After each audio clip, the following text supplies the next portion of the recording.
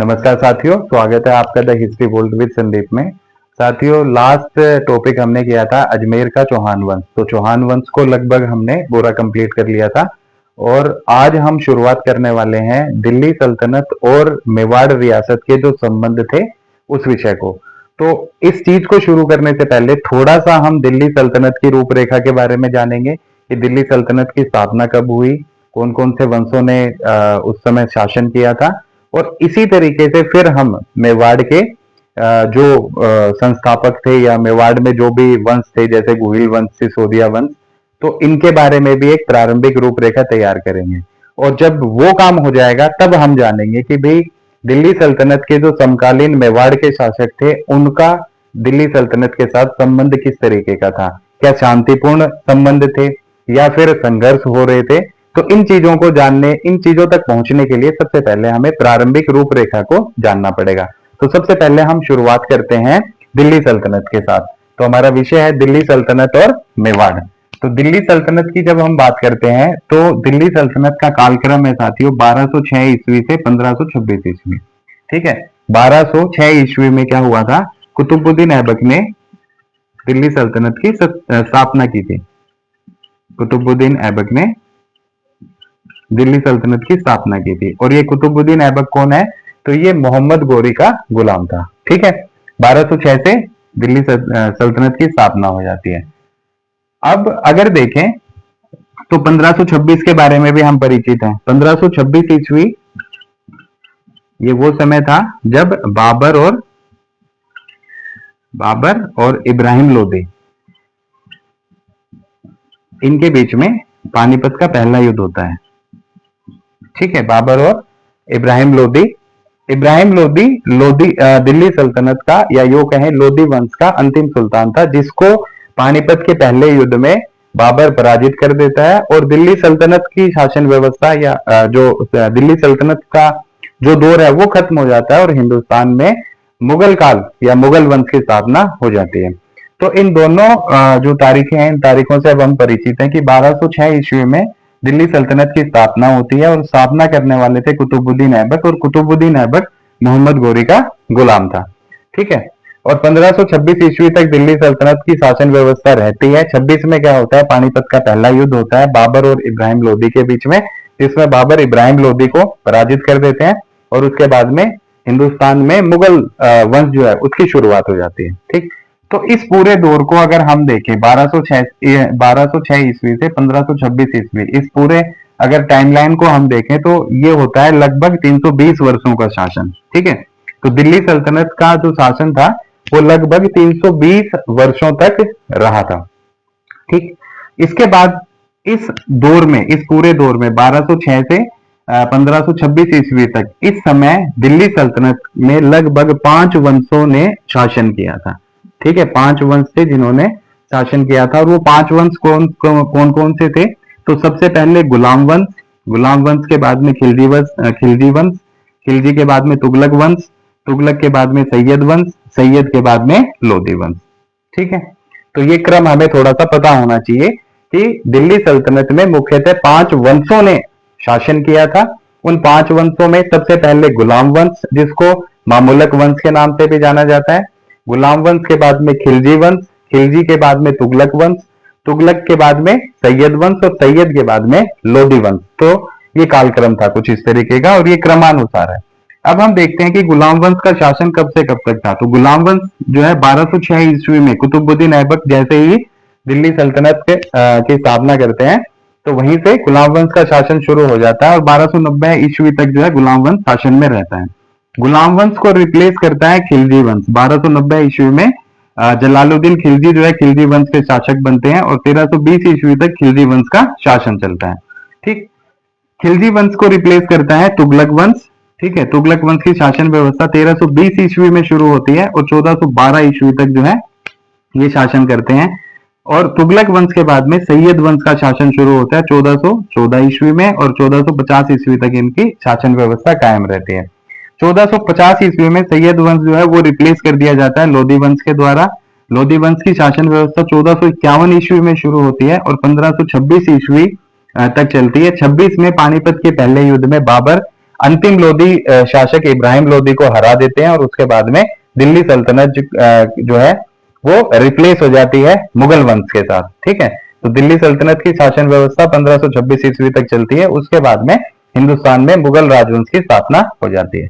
तो ये 5 वंश हैं, पांचों वंशों का कालक्रम है। गुलाम वंश 1206 से 1290 ईस्वी, खिलजी वंश 1290 से 1320 ईस्वी, उसके बाद तुगलक वंश 1320 से 1412 ईस्वी, फिर सैयद वंश 1412 से 1450 ईस्वी और आखिरी अंतिम लोधी वंश 1451 से 1526 ईस्वी। इस पूरे दौर को अगर हम देखें 1206 से 1526 ईस्वी तक का, तो इस पूरे दौर के बारे में एक सबसे अहम बात यह है कि ये शासन व्यवस्था 320 वर्षों की थी। ठीक है, दिल्ली सल्तनत की शासन व्यवस्था लगभग 320 वर्षों की थी। और इन सारे वंशों में सबसे लंबा अगर शासन किसी वंश ने किया था तो साथियों वो था तुगलक वंश। तुगलक वंश की बात करेंगे तो 1320 से लेके 1412 लगभग 90 से 92 वर्षों तक तुगलक वंश का शासन रहा। तो दिल्ली सल्तनत में सर्वाधिक सबसे लंबा शासनकाल कौन से वंश का था? तो तुगलक वंश का था। और इसी तरीके से सबसे कम वर्षों तक शासन किसने किया था? तो सबसे कम वर्षों तक शासन जिस वंश का रहा था दिल्ली सल्तनत के समय वो था खिलजी वंश। देख सकते हैं 1290 से 1320। ठीक है, लगभग 30 वर्षों का शासन यहाँ रहा। तुगलक वंश का लगभग 90 से 92 वर्षों का शासन रहा था। ठीक है, तो ये मोटा मोटी रूपरेखा है दिल्ली सल्तनत के बारे में।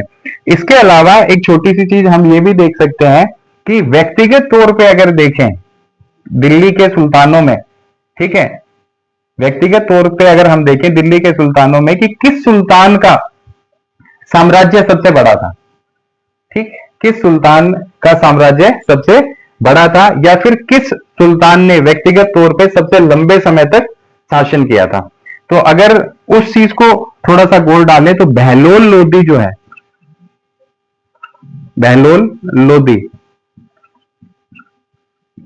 बहलोल लोधी ने लगभग 38 वर्ष तक शासन किया था। ठीक है, बहलोल लोधी ने लगभग 38 वर्षों तक शासन किया था। तो सब सर्वाधिक लंबा शासनकाल दिल्ली सल्तनत में बहलोल लोधी का रहता है।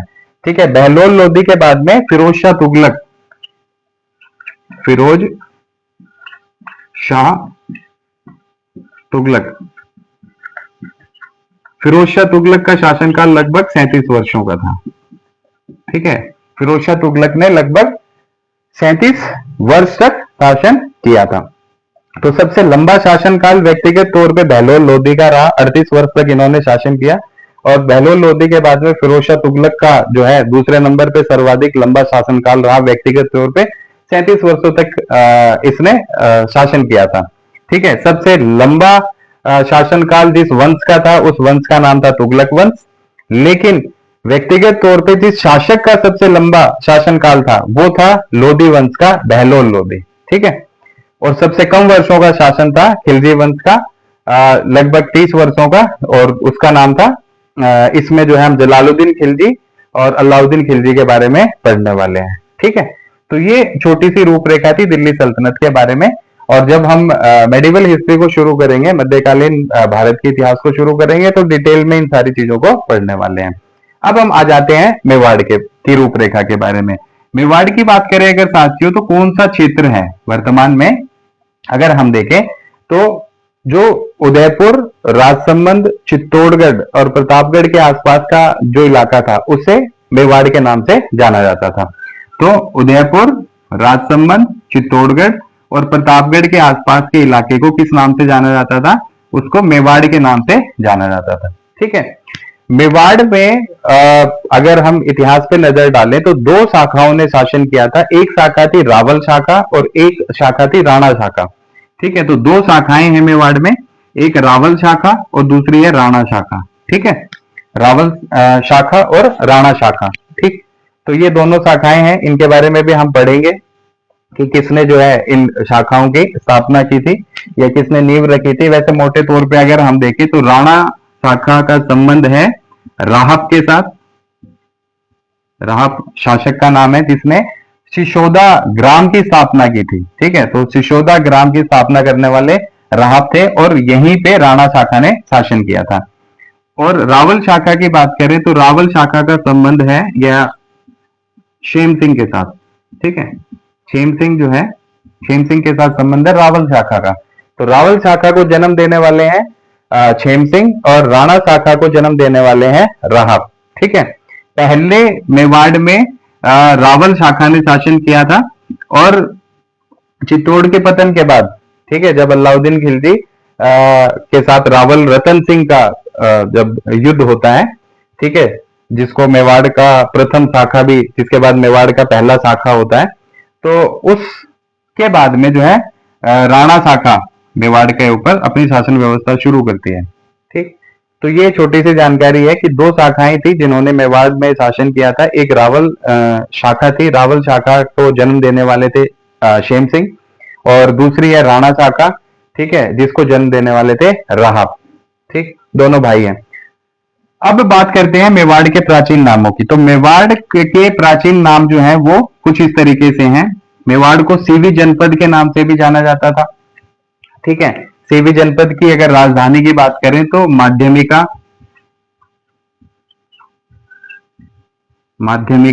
ठीक है, वर्तमान में नगरी, ये सीवी जनपद की राजधानी है। मेवाड़ को प्रागवाट के नाम से भी जाना जाता था, और मेवाड़ को मेदपाट के नाम से भी जाना जाता था। तो ये तीनों मेवाड़ के प्राचीन नाम है, सीवी जनपद, प्रागवाट और मेदपाट। ठीक है, सीवी जनपद की राजधानी हुआ करती थी माध्यमिका या नगरी। तो ये तीसरा फैक्ट हमारे सामने आ जाता है।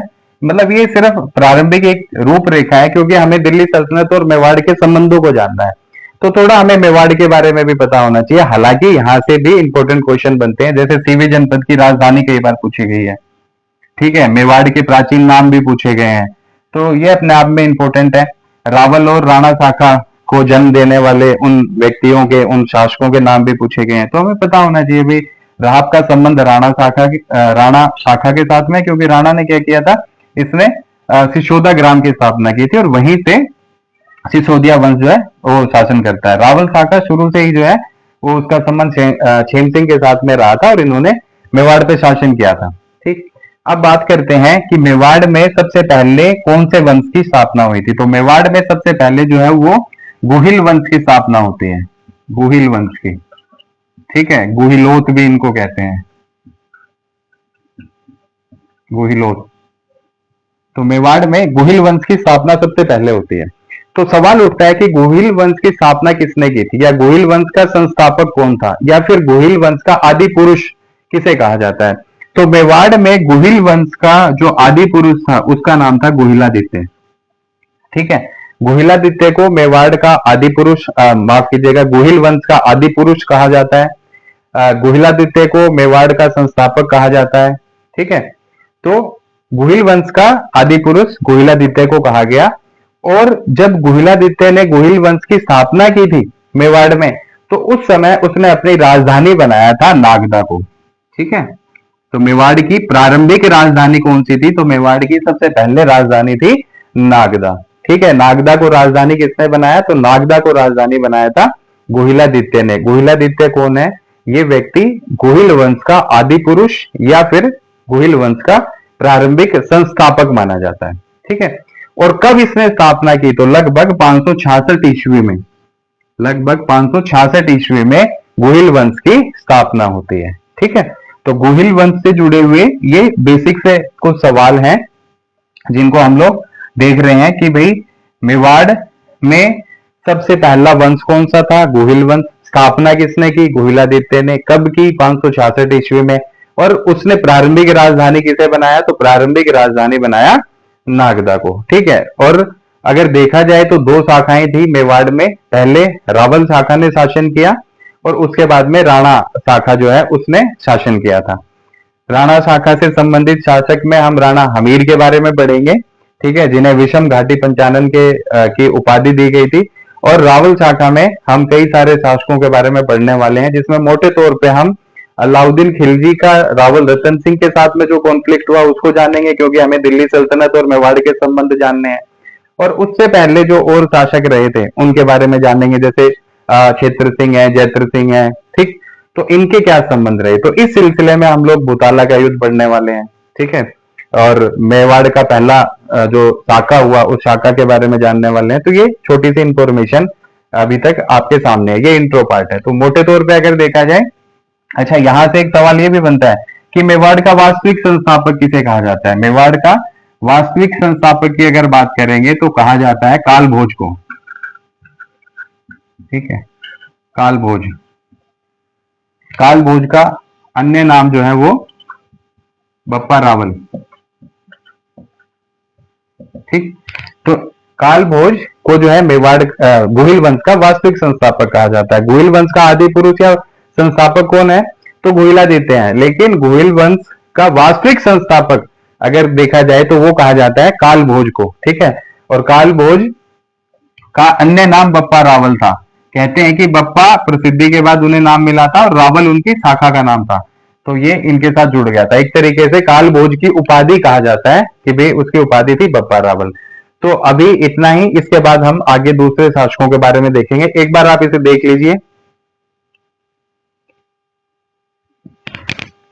तो साथियों, हमने अभी गुहिल वंश के बारे में एक प्रारंभिक जानकारी इकट्ठी कर ली थी और हमने ये जान लिया था कि मेवाड़ में गुहिल वंश के जो संस्थापक थे उनका नाम गुहिलादित्य था और उन्होंने 566 ईस्वी में गुहिल वंश की स्थापना की थी, ठीक है। और गुहिलादित्य को ही मेवाड़ का गुहिल वंश का आदि पुरुष भी कहा जाता है।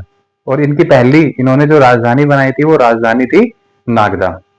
उसके बाद हमने ये जाना था कि जो मेवाड़ के वास्तविक संस्थापक हैं उनका नाम था काल भोज, ठीक है। और काल भोज का अन्य नाम था बप्पा रावल, ठीक। और उन्हीं काल भोज के बारे में कुछ महत्वपूर्ण उनकी जो अचीवमेंट रही थी उनको एक बार देख लेते हैं। और ऐसे करते हुए हम लोग पहुंचेंगे दिल्ली सल्तनत के समकालीन शासकों के बारे में कि उन्होंने उनके संबंध किस तरीके से दिल्ली सल्तनत के साथ रहे थे। तो सबसे पहले हम गौर करते हैं बप्पा रावल के ऊपर, ठीक है। तो बप्पा रावल के बारे में पहली चीज तो हम लोग जानते हैं कि भाई ये क्या है, ये गुहिल वंश के क्या है, वास्तविक संस्थापक, ठीक है। तो गुहिल वंश का आदि पुरुष किसे कहा गया था, तो गुहिल वंश का आदि पुरुष कहा गया था गुहिलादित्य को।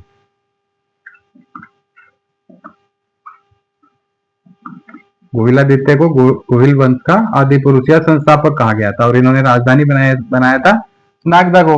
तो उसी तरीके से जो बप्पा रावल हैं इन्हें वास्तविक संस्थापक कहा जाता है गुहिल वंश का, ठीक है। यानी गुहिल वंश को का जो क्षेत्र था उस क्षेत्र के विस्तार को और ज्यादा बढ़ाने में, गुहिल वंश को उन्नति और समृद्धि और प्रगति के रास्ते पर चलाने में सारा का सारा अहम योगदान जो है बप्पा रावल का था। इसलिए इन्हें क्या कहा जाता है, गुहिल वंश का वास्तविक संस्थापक कहा जाता है। इनके शासनकाल की अगर बात करें तो 734 ईस्वी में ये जो है गुहिल वंश के शासक बनते हैं और लगभग 753 ईस्वी तक इन्होंने गुहिल वंश के शासक के तौर पर कार्य किया था, ठीक है। इनका अन्य नाम क्या था, तो साथियों इनका अन्य नाम था काल भोज।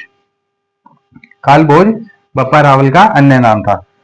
ये कहा जाता है कि रावल जो है वो इनकी शाखा का नाम था और बप्पा जो है प्रसिद्धि के बाद इन्हें ये नाम मिला था।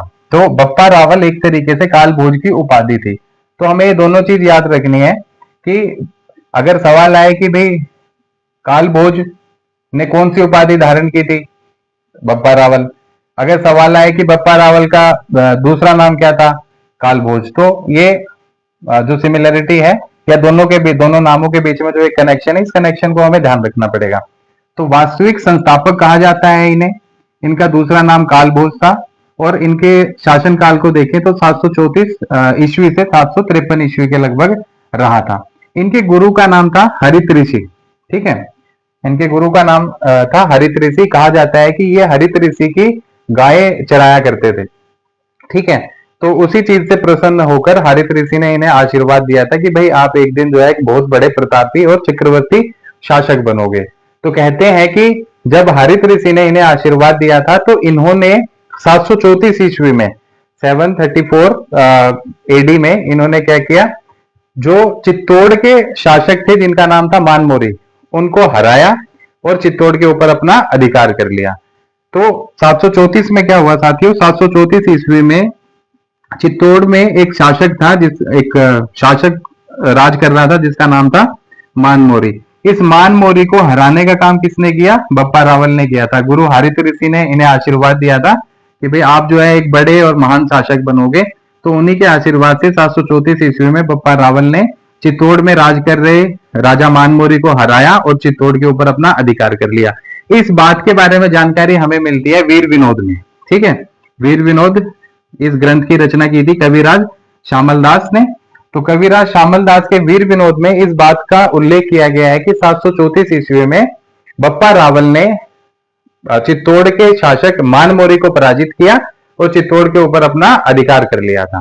ठीक है, तो ये अपने आप में एक इंपॉर्टेंट तिथि है। तो अभी तक हमारे पास क्या क्या जानकारी है कि भाई ये जो है गुहिल वंश के वास्तविक संस्थापक हैं। अन्य नाम इनका कालभोज है। इनके गुरु का नाम हारित ऋषि था। उनकी ये गाय चराते थे और उन्हीं के आशीर्वाद के स्वरूप क्या इन्हें सफलता मिली कि इन्होंने चित्तौड़ के शासक मानमोरी को पराजित कर दिया और चित्तौड़ के ऊपर अपना अधिकार कर लिया। कहते हैं चित्तौड़ के ऊपर अधिकार करने के बाद इन्होंने कैलाशपुरी उदयपुर में एकलिंग जी के मंदिर का निर्माण करवाया था। ठीक है, तो ये सवाल बहुत बार पूछा जाता है कि एकलिंग जी के मंदिर का निर्माण किसने करवाया था। एकलिंग जी के मंदिर का निर्माण करवाने वाला कालभोज था, सही बात है, या फिर बप्पा रावल था, क्योंकि दोनों नाम एक ही व्यक्ति के हैं, एक नाम है दूसरी उपाधि है। एकलिंग जी के मंदिर का निर्माण कहाँ करवाया गया था, तो कैलाशपुरी में करवाया गया था। और कैलाशपुरी कहाँ पड़ता है, तो कैलाशपुरी जो है वो उदयपुर में पड़ता है। ठीक है, तो एक ही लाइन है, 3-4 सवाल है, जैसे करके इनको पूछा जा सकता है। एकलिंग जी के मंदिर का निर्माण करवाने वाला गुहिल वंश का कौन सा शासक था, तो बप्पा रावल थे या कालभोज था। ठीक है, दूसरी चीज एकलिंग जी का मंदिर कहाँ है, तो एकलिंग जी का मंदिर उदयपुर में है। उदयपुर के भी कहा, कैलाशपुरी में। ठीक है, तो ये छोटी छोटी बातें हैं। कहते हैं कि इस मंदिर का निर्माण करवाया बप्पा रावल ने और इस एकलिंग जी के मंदिर के का जो प्रधान पुरोहित है वो बनाया उसने अपने गुरु हारित ऋषि को। ठीक है, तो हारित ऋषि जो थे वो एकलिंग जी के मंदिर के प्रधान पुरोहित थे।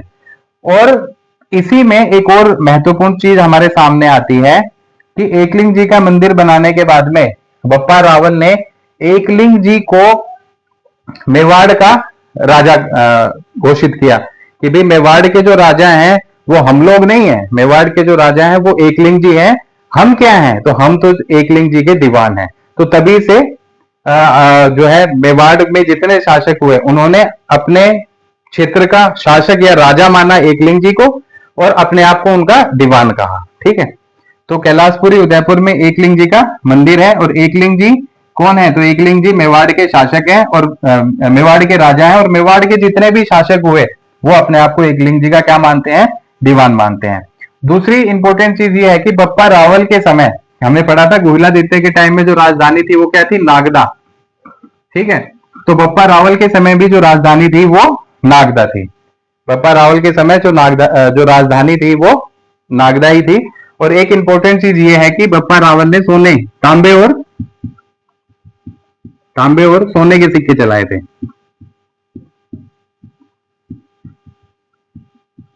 तांबे और सोने के सिक्के किसने चलाए, कालभोज या बप्पा रावल ने। तो इस चीज को हम याद रखने वाले हैं। ठीक है, लगभग 115 ग्रेन सोने का जो है वो सिक्का हुआ करता था। तो सोने के और तांबे के सिक्के किसने चलाए थे गुहिल वंश के शासकों में, तो सबसे पहले बप्पा रावल ने चलाए थे। कई बार पूछ लिया जाता है कि गुहिल वंश के प्रारंभिक शासकों में सोने के सिक्के किसने चलाए, तो गुहिल वंश के प्रारंभिक शासकों में सोने के सिक्के चलाने वाले कौन है, बप्पा रावल या फिर कालभोज। तो ये छोटी सी जानकारी थी बप्पा रावल के बारे में हमारे पास कि इनकी शासन व्यवस्था 734 ईस्वी में शुरू होती है। 734 में ये चित्तौड़ के राजा मानमोरी को हराते हैं। उनको हराने के बाद इन्होंने कैलाशपुरी उदयपुर में एकलिंग जी का मंदिर बनवाया। इस मंदिर का जो प्रधान पुरोहित है वो नियुक्त किया अपने गुरु हरित ऋषि को, जिनकी ये गाय चराते थे।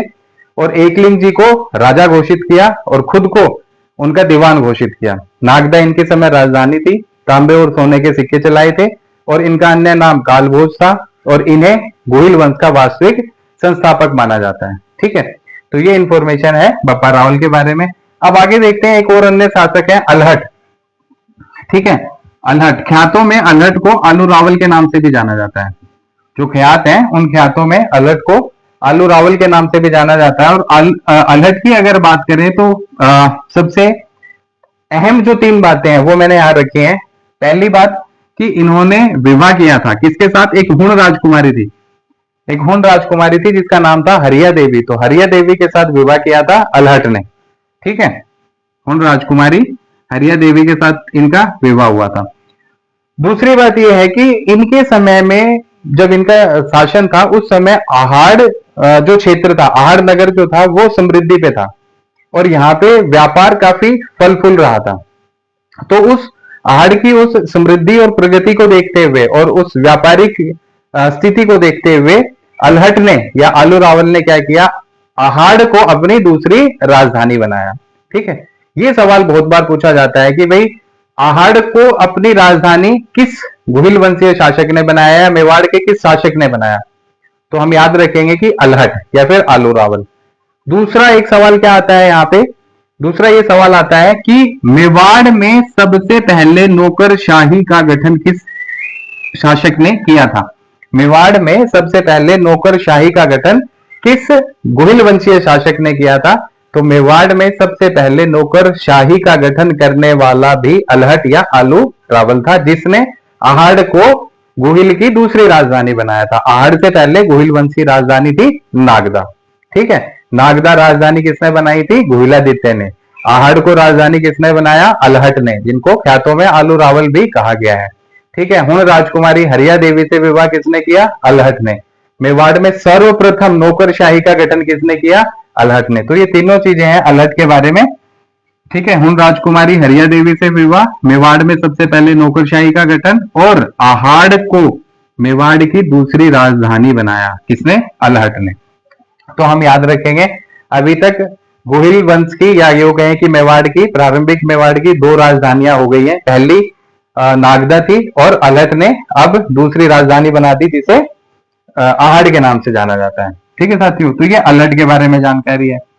अब थोड़ा सा देखते हैं कि अल्हट के जो वंशज थे विक्रम सिंह, ठीक है, अल्हट के बाद और कई सारे शासक हुए, तो उन्हीं में एक विक्रम सिंह थे जिनके बेटे थे रण सिंह, जिनको करण सिंह के नाम से भी जाना जाता है। ठीक है, विक्रम सिंह के बेटे थे रण सिंह या करण सिंह। रण सिंह और करण सिंह दोनों एक ही शासक के नाम है, दोनों नामों से जाने जाते थे। इन रण सिंह के दो बेटे थे, एक का नाम था छेम सिंह और एक थे राहप। मैंने ये बताया था थोड़ी देर पहले कि मेवाड़ में जो शाखाएं थी वो दो थी, एक रावल शाखा और एक राणा शाखा। जब रावल शाखा की हमने बात की थी तो मैंने कहा कि जो छेम सिंह है, छेम सिंह रावल शाखा के प्रवर्तक थे और राहप राणा शाखा के प्रवर्तक थे। ठीक है, तो राणा वाले सिसोदा ग्राम चले गए, राहप ने सिसोदा ग्राम की स्थापना की, तो ये तो मेवाड़ से बाहर चले गए और ये बाद में सिसोदिया कहलाए।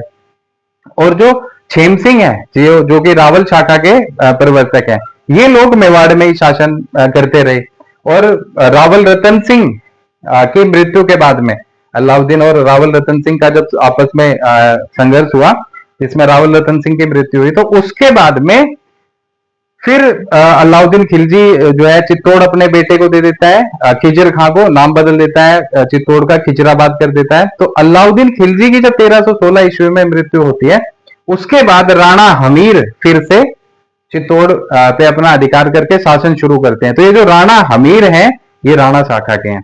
तो यहां से हमें पता चलता है कि रावल रतन सिंह तक रावल शाखा का मेवाड़ के ऊपर शासन रहा और सिसोदा ग्राम से ये जो सिसोदिया हैं जो राणा शाखा के हैं, ये शुरुआत करते हैं मेवाड़ पे शासन राणा हमीर के शासन काल से। तो मैंने ये इस चीज को इसीलिए रखा ताकि हमें पता चल जाए कि भाई ये छेम सिंह और राहप ये कौन है। तो छेम सिंह और राहप जो है ये रण सिंह या करण सिंह के बेटे हैं और रण सिंह जो है वो किसके बेटे हैं, विक्रम सिंह के। अब आगे देखते हैं थोड़ा। अब ये तो चले गए कहा, सिसोदा, सिसोदा ग्राम में का इन्होंने राहप ने स्थापना की और ये सिसोदा ग्राम में चले गए और सिसोदिया वंश की नींव रखी। ये चित्तौड़ मेवाड़ के ऊपर ही शासन करते रहे छेम सिंह के। तो छेम सिंह के दो पुत्र हुए, एक का नाम था सामंत सिंह और एक का नाम था कुमार सिंह। ठीक है, छेम सिंह के दो बेटे हुए थे, एक का नाम था सामंत सिंह, दूसरे का नाम था कुमार सिंह। सामंत सिंह से चित्तौड़ छीन लिया था किसने, कीर्तिपाल चौहान ने। सामंत सिंह से चित्तौड़ छीन लिया था कीर्तिपाल चौहान ने और उसी कीर्तिपाल चौहान से चित्तौड़ को छीना कुमार सिंह ने। ठीक है, छेम सिंह के दो बेटे सामंत सिंह और कुमार सिंह। सामंत सिंह से चित्तौड़ छीन लिया कीर्तिपाल चौहान ने और उसी चित्तौड़ या उसी मेवाड़ को प्राप्त किया फिर कुमार सिंह ने कीर्तिपाल चौहान से। इन कुमार सिंह का एक बेटा था जिसका नाम था जैत्र सिंह, ठीक है, जिसका शासनकाल था 1213 ईस्वी से 1253 ईस्वी। तो कुल मिला के ये जो जानकारी है ये यहां इसलिए लिखी गई है कि एक तो हमें ये पता चल जाए कि जो दो शाखाएं थी मेवाड़ में, जो दो शाखाएं अपना शासन कर रही थी, या दो वंश थे, गुहिल वंश और सिसोदिया वंश, तो उनके प्रवर्तक कौन कौन थे। तो यहां से हमें इन दोनों शाखाओं के बारे में जानकारी मिल जाती है। दूसरा, क्योंकि हम पढ़ रहे हैं दिल्ली सल्तनत और मेवाड़ का संबंध, तो दिल्ली सल्तनत और मेवाड़ का संबंध पढ़ने के लिए हमें जैत्र सिंह के बारे में पता होना जरूरी है, क्योंकि दिल्ली सल्तनत के समकालीन मेवाड़ के शासकों में सबसे पहला सामना सल्तनत के शासकों का होगा जैत्र सिंह के साथ, ठीक है। तो विक्रम सिंह का बेटा है करण सिंह या रण सिंह, जिसके दो बेटे हुए छैम सिंह और राहप। छैम सिंह रावल शाखा के प्रवर्तक और राहप राणा शाखा के प्रवर्तक। राणा शाखा वाले सिसोदा ग्राम चले गए, सिसोदिया वंश की नींव रखी, और छैम सिंह जो है, जो रावल शाखा के प्रवर्तक थे, ये गोहिल वंश के शासक थे। छैम सिंह के दो बेटे थे, सामंत सिंह और कुमार सिंह। सामंत सिंह से मेवाड़ या चित्तौड़ कौन छीन लेता है? कीर्तिपाल चौहान, जिसको कीतू भी कहा जाता है, और उसी कीर्तिपाल चौहान से वापिस छीन लेता है कुमार सिंह। और इस कुमार सिंह का बेटा था जैत्र सिंह, जिसका शासनकाल 1213 से 1253 ईस्वी तक चलता है। तो साथियों, अब मोटा मोटी इंट्रोडक्शन के बाद हम लोग दिल्ली सल्तनत और मेवाड़ के संबंधों की चर्चा करने वाले हैं। तो इसको एक बार आप देख लीजिए। तो ये इंफॉर्मेशन हमें थोड़ी सी याद रखनी है। देखा जाए मेवाड़, तो मेवाड़ के बारे में शुरुआत करेंगे कहां से? गोहिलादित्य के साथ। ये कौन है? ये वो इंसान है जिसको मेवाड़ का आदि पुरुष कहा जाता है। 566 ईस्वी में इन्होंने क्या किया? गोहिल वंश की स्थापना की थी। राजधानी इनकी नागदा थी, ठीक है। गोहिलादित्य के बाद में जो सबसे अहम शासक होते हैं वो बप्पा रावल होते हैं। क्यों? क्योंकि वास्तविक संस्थापक कहा गया इन्हें गोहिल वंश का। काल भोज इनका दूसरा नाम था। इन्होंने ही तांबे और सोने के सिक्के चलवाए। हरित ऋषि की गाय चराते थे, हरित ऋषि इनके गुरु थे। उन्हीं के आशीर्वाद से 734 ईस्वी में क्या किया इन्होंने?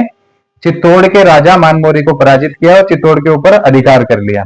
इस अधिकार के बाद में इन्होंने कैलाशपुरी उदयपुर में एकलिंग जी के मंदिर का निर्माण करवाया। एकलिंग जी को राजा घोषित किया, स्वयं को उसका दीवान माना, और इसी एकलिंग जी के मंदिर का प्रधान पुरोहित उन्होंने अपने गुरु हरित ऋषि को बनाया था। इनके समय में राजधानी जो थी वो नागदा थी। अलहट की बात करें तो ख्यातों में इन्हें आलू रावल कहा जाता है। हुण राजकुमारी हरिया देवी के साथ इन्होंने विवाह किया था। मेवाड़ में सबसे पहले नौकरशाही का गठन इन्होंने किया था, और इन्होंने आहाड़ की समृद्धि को, प्रगति और उन्नति को और व्यापारिक स्थिति को देखते हुए आहाड़ को गोहिल वंश की दूसरी राजधानी बनाया, ठीक है। उसके बाद हमने थोड़ा सा इस एक चार्ट को देखने की कोशिश की कि रण सिंह या करण सिंह विक्रम सिंह के बेटे हैं, और इन्हीं रण सिंह के दो पुत्र हुए थे, एक छैम सिंह और एक राहप। छैम सिंह रावल शाखा के परिवर्तक और राहप राणा शाखा के परिवर्तक, ठीक है। छैम सिंह के दो बेटे हैं, सामंत सिंह और कुमार सिंह। सामंत सिंह से चित्तौड़ या मेवाड़ जो है वो कीर्तिपाल चौहान छीन लेता है, और उसी कीर्तिपाल चौहान से वापिस छीन लेते हैं कुमार सिंह।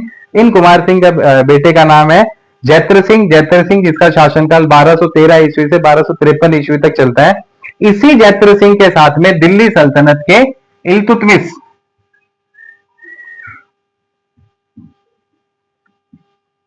दिल्ली सल्तनत के सुल्तान इल्तुतमिश का संघर्ष होगा, ठीक है। और वो संघर्ष 1227 ईस्वी में होगा, और उसको हम भूताला का युद्ध कहते हैं,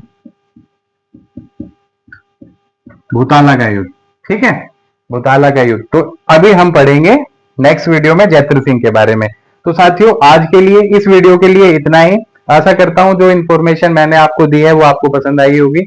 अगर आपको इन्फॉर्मेशन अच्छी लगी हो तो प्लीज वीडियो को लाइक करें, वीडियोस को ज्यादा से ज्यादा अपने अन्य साथियों तक पहुंचाएं, शेयर करें, कमेंट्स करें, और जो हमारा चैनल है दी हिस्ट्री वोल्ट विद संदीप, उसको सब्सक्राइब करें ताकि आपको और वीडियोस मिलती रहें, ठीक है। इसी के साथ हमने ब्रिक्स और G20 के ऊपर वीडियोस बनाई थी, उन वीडियोस को ऑलरेडी अपलोड कर दिया गया है। आपको उसका लिंक डिस्क्रिप्शन बॉक्स में मिल जाएगा। तो आज के लिए इतना ही, धन्यवाद।